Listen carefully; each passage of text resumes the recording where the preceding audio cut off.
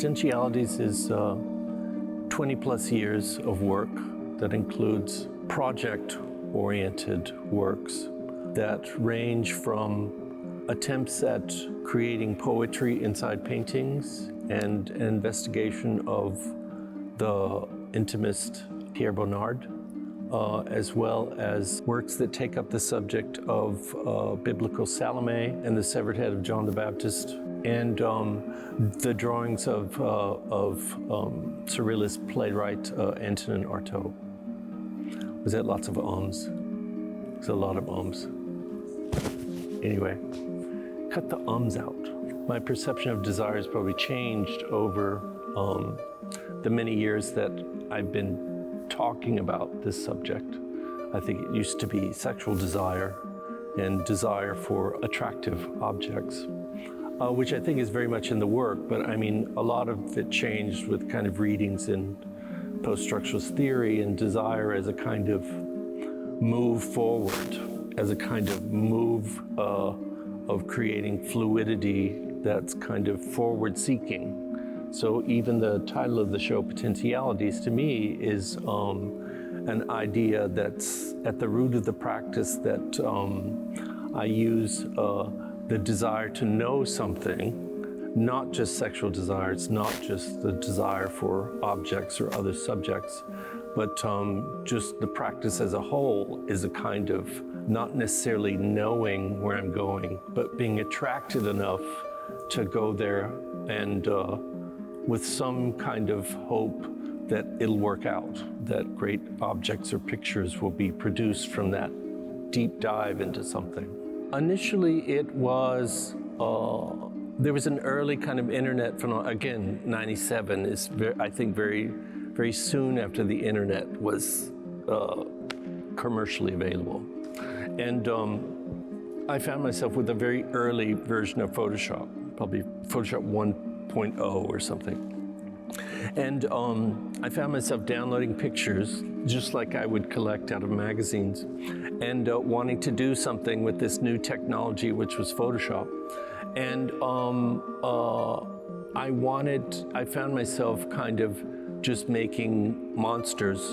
So I wanted to, the question was how do I keep something beautiful as well as introduce this Gothic element, which is apparently my penchant from childhood on. So having like beautiful faces with glowing eyes and just not the rest of their body was kind of one aspect into that. Having almost nothing to do with the seductions of Salome to her stepfather, Herod. But over time, it became, with the Salome paintings, it became a situation where, just like Salome, there's this dubious aspect to the object or the character that is doing the seducing. And it's closer to the Strauss version, where the characters that are meant to be the male versions of Salome are kind of deeply involved in the head of John the Baptist. And so even though the floating heads are supposed to meant to be the ex-clients of the young men standing in the alleyways, I think there still is a kind of interrelation between them. The next chapter of an unrequited love. There's still a connection to the between the two people, but it's now one of whatever, invisible barriers and discomfort even. With All Hands on Deck, it's an approximation of a Bonnard painting, but I've put in extra characters there. So and I think that my attempt to do the captivation that I was talking about with the viewer captivation that happens with Bonnard is that I intend, there's one character on the left who's looking directly at the viewer, and I tried to make his eyes as beautiful as possible. He also has cheeks and a little bit of a sunburn that's fluorescent pink, so your eye goes there kind of immediately. And once you kind of, I believe that the viewer is first acquainted with him and then goes down to a complicated relationship to the child catcher from Chitty Chitty Bang Bang, who's obviously mashing on this character in the upper left. And I think the eye then goes over to the right, where there's a character that I've totally made up, that's kind of a cartoon version of a hunky sailor. But then we're up to an actor, a bare-chested actor, who you would have trouble discerning his pale skin against the white sail behind him. So there's a little bit of dispute where you're trying to figure out where that character is in space, but then your eye goes down, your eye follows down to a lifesaver, a kind of circular white element. But on the way you stop at the nipple of that character, and I think that's where the painting kind of unfolds. Or it's not the end of the narrative of the painting, but that's the payoff from following the course around the painting, right? I used to be fascinated by people that would catalog their albums by mood. My moods are so indistinct that I don't think I could ever do that, actually. Any archives that I do have are very disassembled, and they may be all flat, but otherwise, there's usually there will be a folder of Matt Dillon, but it's sort of stuck between other stuff. It's more kind of, I'm always expecting an interesting combination to happen. So this was how collages were made for a long time, was have a kind of substrate and a collage element, and just start putting them together in something that looked kind of right, and then putting them away for like a few weeks, and then there'll be like 5 good ones there. That to me, it's how to keep things fresh and immediate. If the Matt Dillon clippings are filed away, they're kind of dead. They aren't alive anymore. And I would rather stumble upon them again and rifle through them and something new happen than to give myself the credit of knowing exactly when I need that Matt Dillon thing. So I would say I'm an unarchiver.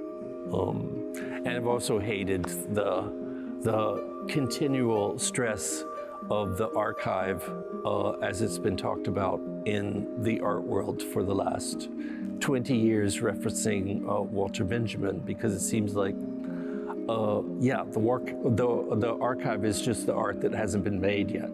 So people see its potentiality, which is the title of the show. And I would prefer that people look at what I've done to rearrange the archive instead of looking behind me wondering what the archive looks like. I think there are a lot of subjective substitutes for myself in the work. You'll also see Vincent Price a lot in the work, and he's kind of,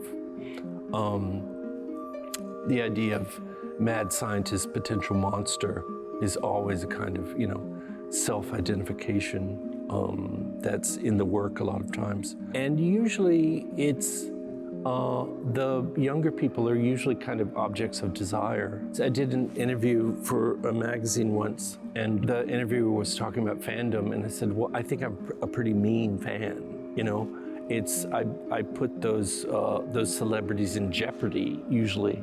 A celebratory jeopardy, but they could be in harm's way from whatever Gothic penchants or tendencies that I want the work to have. So I don't really know if portraiture sounds kind of honorific, or that it's kind of to immortalize someone or something. I think that there's an evolved portrait of Artaud, for example. Of course, I haven't read anything in French, but pretty much everything that's available in English, and found him to kind of be more of a difficult character as a person than he had been. He's treated so kind of reverentially that people don't see that I want to kind of buffer it by saying difficult character, but also I think he's kind of a scammer. That kind of almost satiric and questionable motives informed how I began to see the drawings in a way. He's more than difficult. Yeah. He's actually, I'm not going to say asshole, but that there's a sardonic, there's mean play. There's extreme prejudice there. There's extreme misogyny there. And I think it, not that I want to take him to task, but I think that it complicates what we know about him, because it's like, I read so much on Artaud that was just absolutely reverential. This is the best thing that happened, and they didn't take into account the person. The amazing thing that I found out, and this was, luckily I got to interview Sylvain Lautrger before he died. This is what I had kind of speculated on with Artaud, that Sylvain was able to confirm with me, was that you read time and time again the terrible, pitiful story of poor Artaud being subjected to electroconvulsive therapy that brought him out of catatonia. So of course, Artaud is going to make the most out of that victimization, right? Even though he's victimizing, women to the right and left of himself. So historians just take that for face value without realizing that the drawings and their interrelationship with the people that his doctors and fellow patients in the asylum, these are interrelated with that, and he's only brought back to communicableness through the treatments that he's been having. So he wrote many things against psychiatry, but it's almost like he's turn this into a dialogue where he's Christ, that he's been victimized for the sake of humanity to be redeemed or something, when in fact, this is the thing that helped him come back and be a writer again. Early on, I read a lot about Ted Nelson and the Xanadu Project. And Ted Nelson was he invented the term and concept hypertext. To me, the internet became a model of fluidity, of jumping off points. The old illustration that I used to have was that if I had had the internet as a 17-year-old, I could have gone, for whatever strange reason, I was reading Schopenhauer at the time, that I could have jumped from Schopenhauer to Aleister Crowley to end up finding David Bowie a lot earlier. And that would have been a very transformative experience for me at 17 years old, but the internet didn't exist, so I was either stuck in, the one book on non-Christian philosophy that was in the library, or and that being the end rather than the beginning of something. So yeah, the internet as a kind of catalyst even of connectivity, we say now, but also you could kind of screw it to say connectability. That's again where potentiality comes from. This idea that that you don't know the destination yet. That you're heading in something that feels generative without looking at the destination. You're just kind of course, the old saying, you're enjoying the path there instead of the destination. But in the end, it's like you're looking for stimulation. And just like these projects, when they stop stimulating new ideas, they just fall apart, or I walk away from them because there never was a desired conclusion in the first place. So yeah, I think that with a lot of paintings, I try to hide stuff in plain sight so that close viewers get a kind of payoff. That payoff is usually, something naughty, but oftentimes it's key into what fascinates me, right? So you'll see a lot of nipples in the paintings if you look really hard. We're done. Do I need to clap again?